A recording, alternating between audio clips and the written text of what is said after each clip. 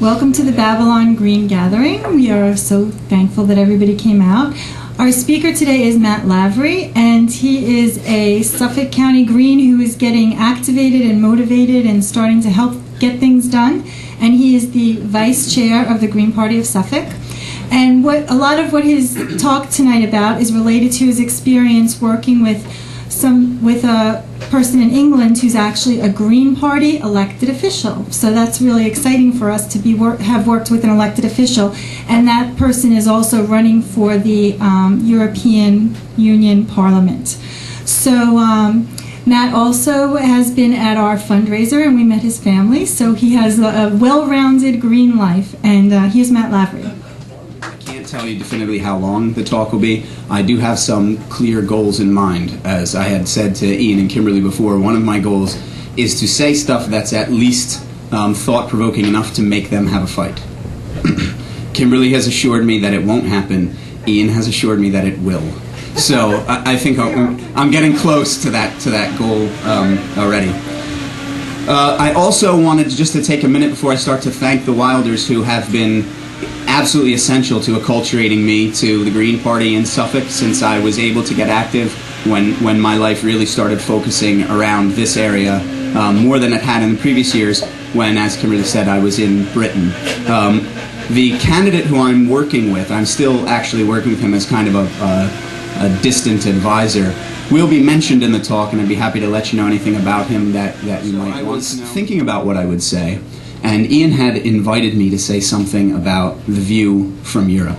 And I thought there were lots of ways we could approach it. One way would be to talk about take a very issues-focused approach to say, for instance, what are the issues that in Europe are really driving the green movement, that they're getting the most traction with, that are helping enrollment and bringing people into the fold. I think on second thought, that probably would have been a short talk because most of the issues are pretty much the same. Sometimes we think that it's very, very different. But really, I think the fundamental policies and policy issues are the same as the ones we have here. There are some exceptions. We were talking a little bit before about nuclear energy. Nuclear energy is a lot more on the political map there than it is even here, even though progressives are trying to drive it here. It's more a mainstream issue there, but I decided not to take that kind of approach. I thought we could take some kind of vaguely historical approach to talk about successes that the European Greens have had and that European Greens are facing. And I think I kind of settled in that direction. So I don't know if this is exactly what Ian was looking for, but hopefully he'll be happy enough when it's over. The question that I'm taking to kind of drive my talk today is the European Green movement a good model for the American Green movement? And there are a couple specific thoughts that prompted this. Again, I'm happy to credit the Wilders again because two emails that I had gotten from them in the recent months gave me a starting point. And one was, I'll read this first quote. Some of you may have seen it on the listserv. It's a quote from the New Times of Broward, Palm Beach, Florida, in an article called "Show Us Some Green" by Deirdre Funchin, which I'm not totally sure is a real name, but it sounds too much like a snack food. But this is at the very end of her article about a local Green Party. By the end of the radio fundraiser, Jennings had won the cakewalk. King was preparing a trip to India to buy fair trade goods, and the Greens had raised $743, a whopping sum, largely because Bonnie Redding pledged to donate her $600 economic stimulus check. You can hear about it all on www.pbcgreenparty.org just as soon as the Greens scrape up the cash to buy that mixer. The article was about the fundraiser and the party's struggle to get some media airtime. Kimberly had sent this out kind of very tongue-in-cheek, saying how representative is it of the Green parties and the Green struggle kind of across the country. And another email which I got from Kimberly which mentioned that the National Party had to borrow money to run the National Convention, which is next weekend. These were interesting to me because I thought it was kind of strange to get some correspondence like that from Greens and say at the same time that the Green Party in the country is still kind of the fastest growing newest force in politics. Still small, but growing at an incredibly rapid rate. That largely does mirror the growth rates of Green parties throughout the rest of at least the Western world. So we are a party that's kind of on the make, right? Despite what the news people would have us believe here, or these emails would have us believe. So the focus then of my talk was this view. The British Green Party, which is technically the Green Party of England and Wales. There's also a Green Party of Scotland and a Green Party of Northern Ireland together, Britain, but they do operate somewhat differently. They're I would estimate, about 10 to 12 years ahead of the American Green Party in terms of development, just based on what I've seen anecdotally. I don't really have any kind of hard information to base that on, but that's just a sense that I get. We could point to things like electoral statistics, membership rolls, membership as percentage of the population, or whatnot. But I'm just going to hope that no one's going to contest my assertion that they're about 10 to 12 years ahead of us in terms of a chronological or historical development. That means, I think, the problems that the party is facing, particularly in Britain, this is where most of my experience is, but the problems that the party is facing, particularly in Britain, are things that are really on the horizon for us, and things that we're going to have to deal with. Thus the question of whether or not we could model our approach to these problems on the way they've tried to resolve these problems recently. There are, however, some important differences between politics, specifically again in Britain. I think largely this applies across the board for Europe, but I'm going to focus specifically on Britain and in the United States. I've itemized them here on the sheet. The first thing is that they have an alternate electoral structure. Parliamentary elections obviously work different than our elections do here, in that you have kind of majority voting.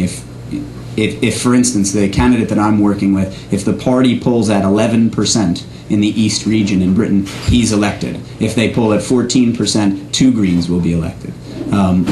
That is very different than our structure, but I think everyone understands that, right? That's not something to dwell on, I think, too much. Another important difference that I would point out is currently across Europe and in Britain, this is partly related to the fact that they're 10 to 12 years, I would think, ahead of us. The idea of political alternatives, particularly left political alternatives, are kind of less foreign. There's less marginalization to the Green movement in Europe.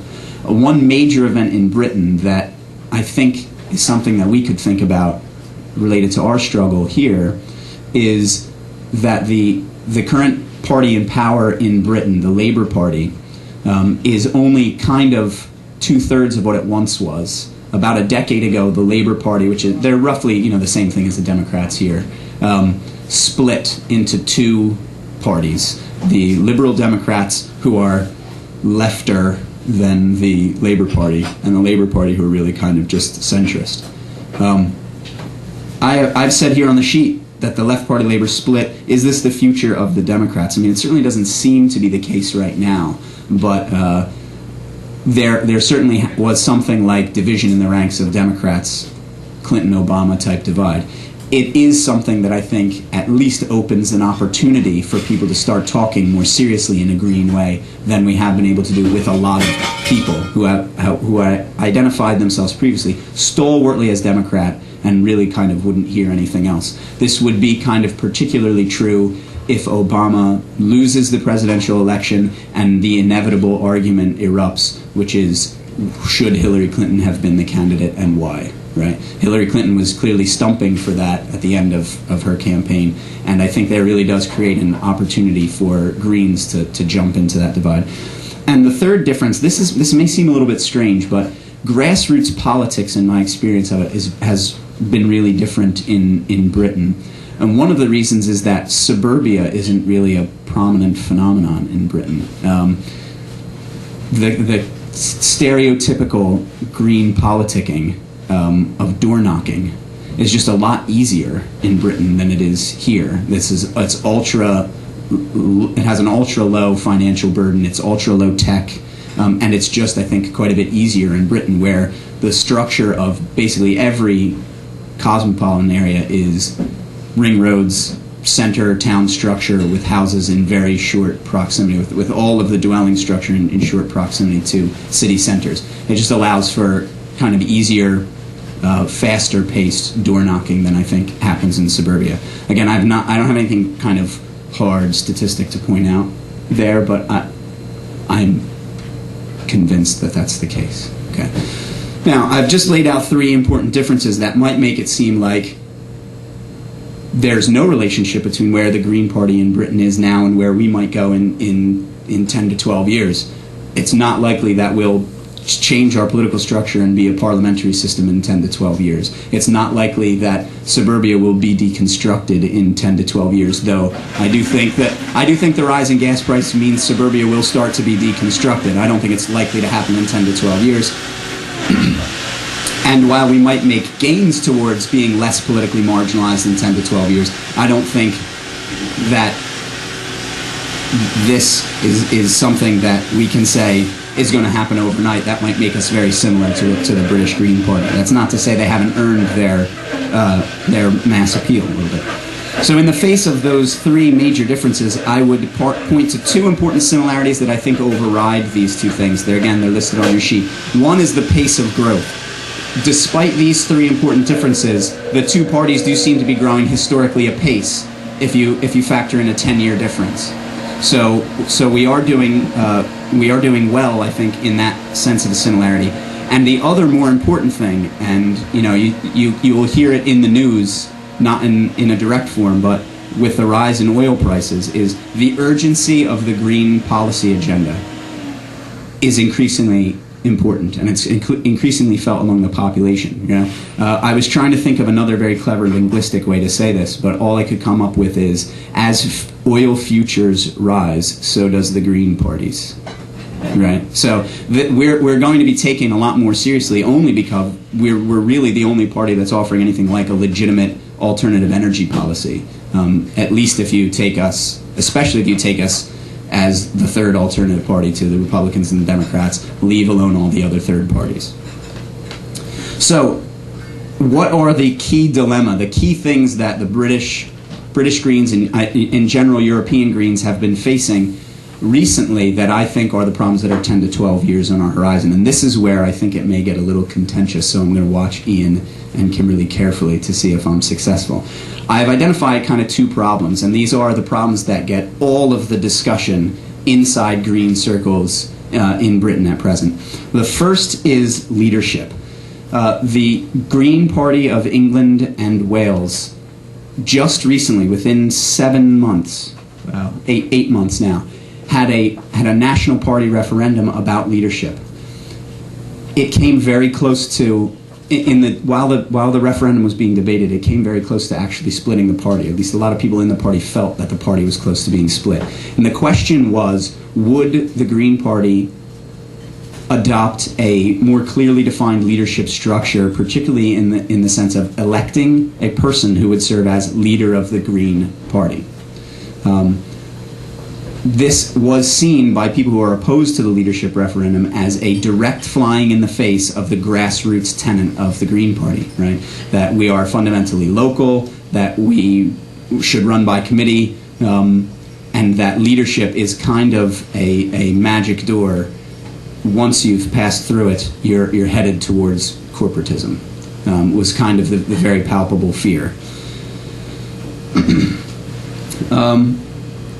And the other issue is what I've called here, and maybe it's cheap to use these terms, but brand identity.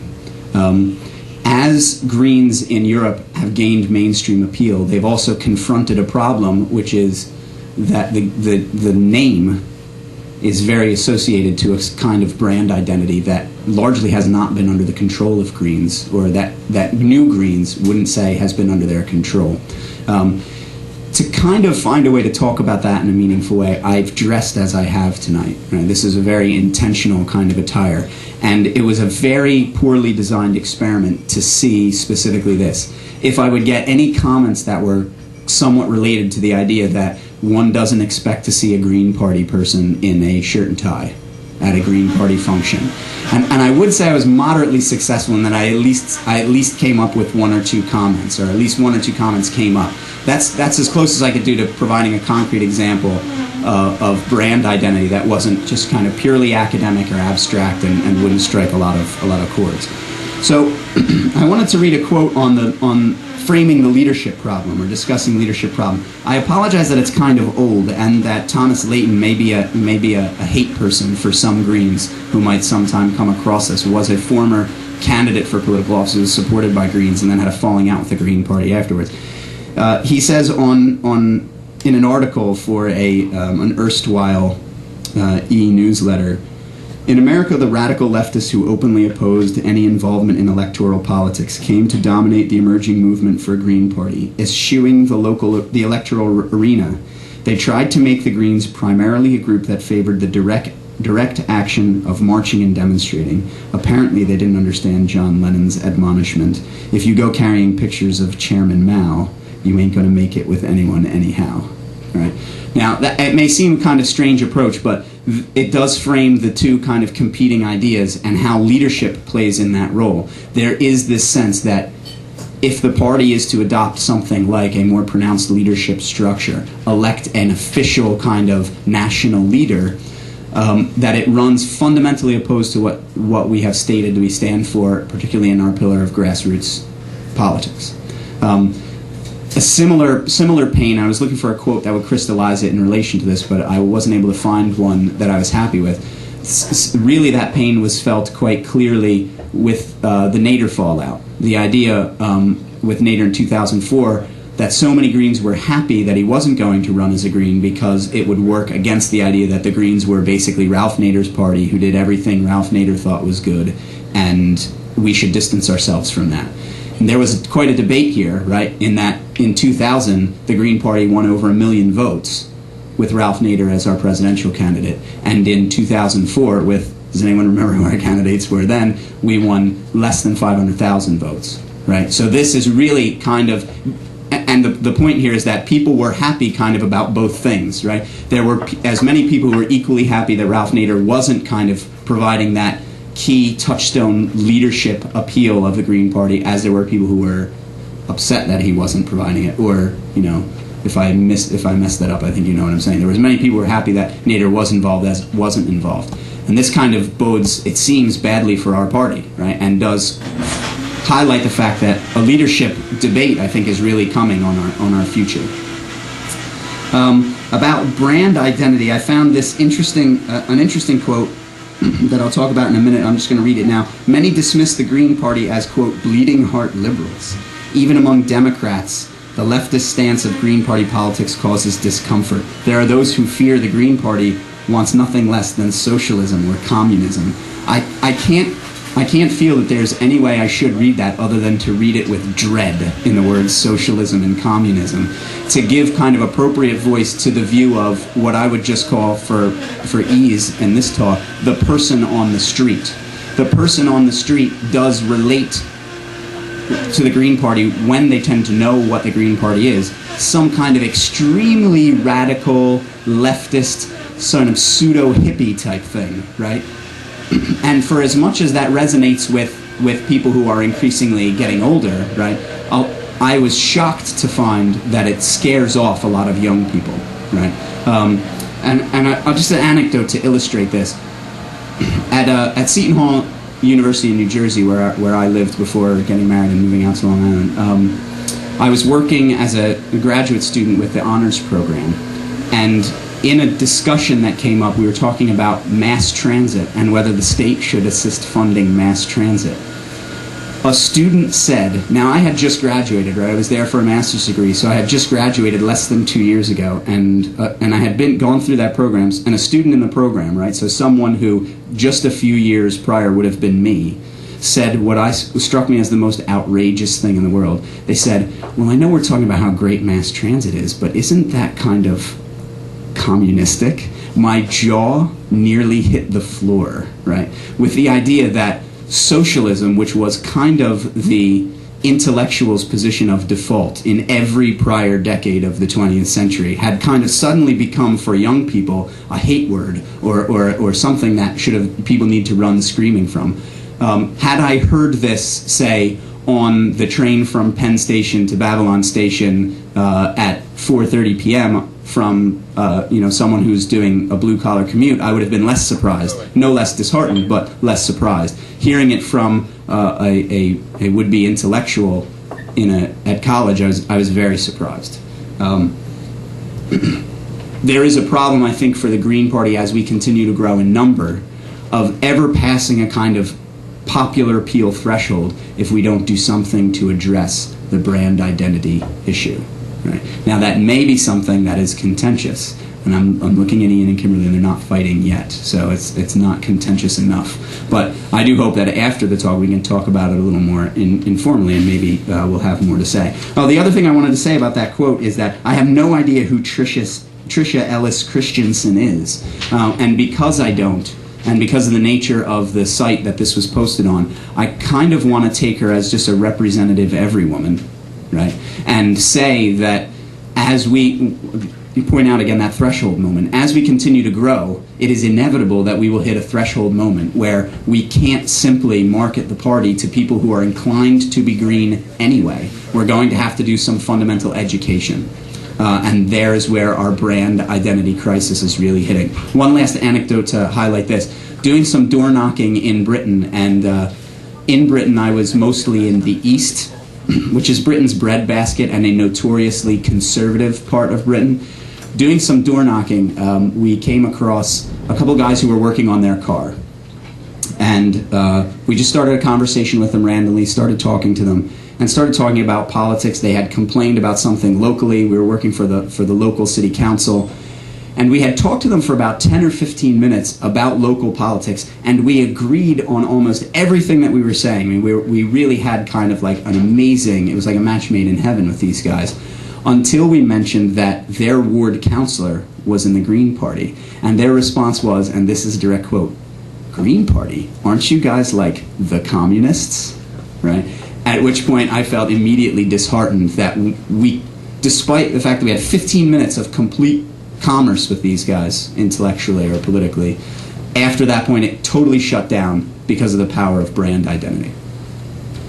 So, if those are actually the problems that are on our horizon, 10 to 12 years, and if we're going to answer the question of whether the model for British Greens and European Greens can be used in the future growth of American Greens, we should look at the way the British Greens have dealt with these two specific issues. So I have this very clever diagram on the second page, which is on the back of the first page, naturally. And it does represent kind of a typical cycle.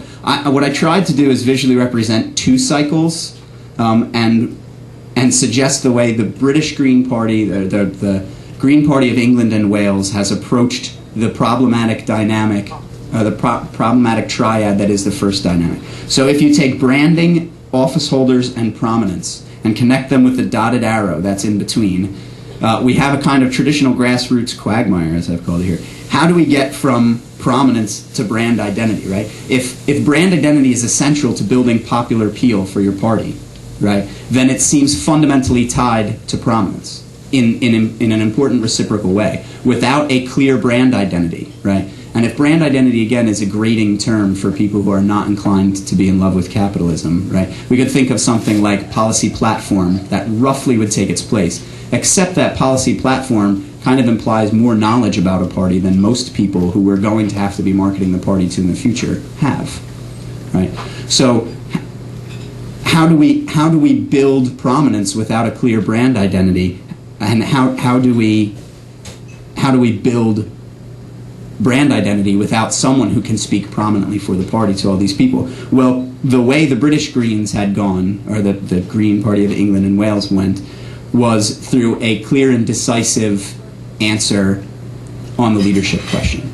As I mentioned, during the campaigning, the leadership referendum seemed to many people like it would completely divide the party, right? People thought that the people who were in the yes leadership camp would fundamentally separate themselves from the no leadership camp, and that it would devastate their funding and devastate their hopes in future elections. What actually wound up happening in November and December was that the Green Party voted 73 to 27% for leadership. I don't know if that seems shocking to anyone. I don't see shock registering. I was kind of hoping there would be more, but thank you for giving me a little supportive shock. But 73%, is quite a decisive victory, obviously, for leadership. And that's why I'm saying this is kind of the way the British Party went to try and make another connection, or more firm connection, between prominence and branding. Do you want to stop? So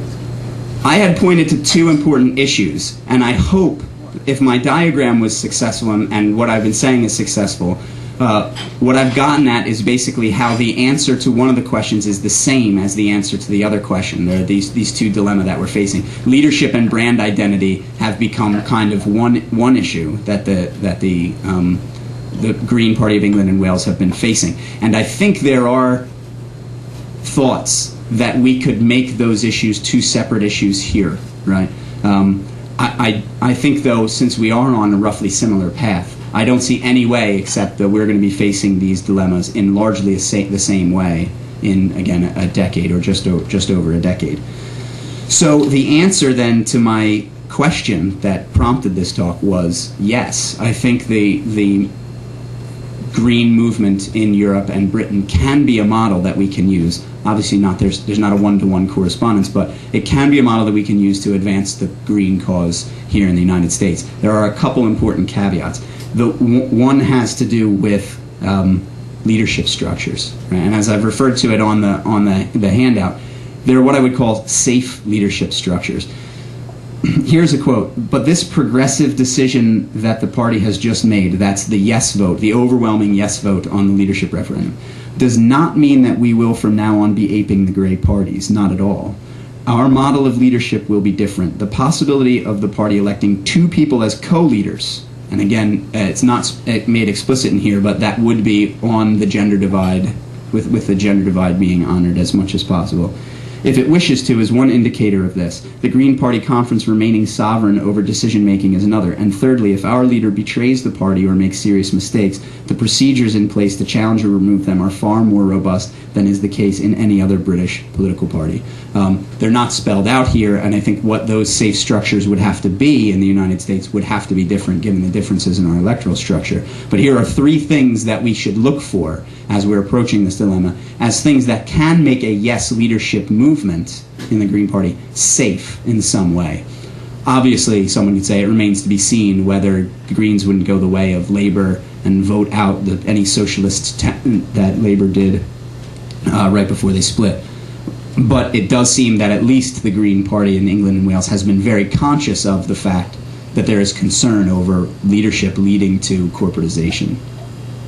And the person who said that was Rupert Reid, who is the candidate for member of the European Parliament, and by virtue of him standing in that election, has kind of become a de facto leader of the party.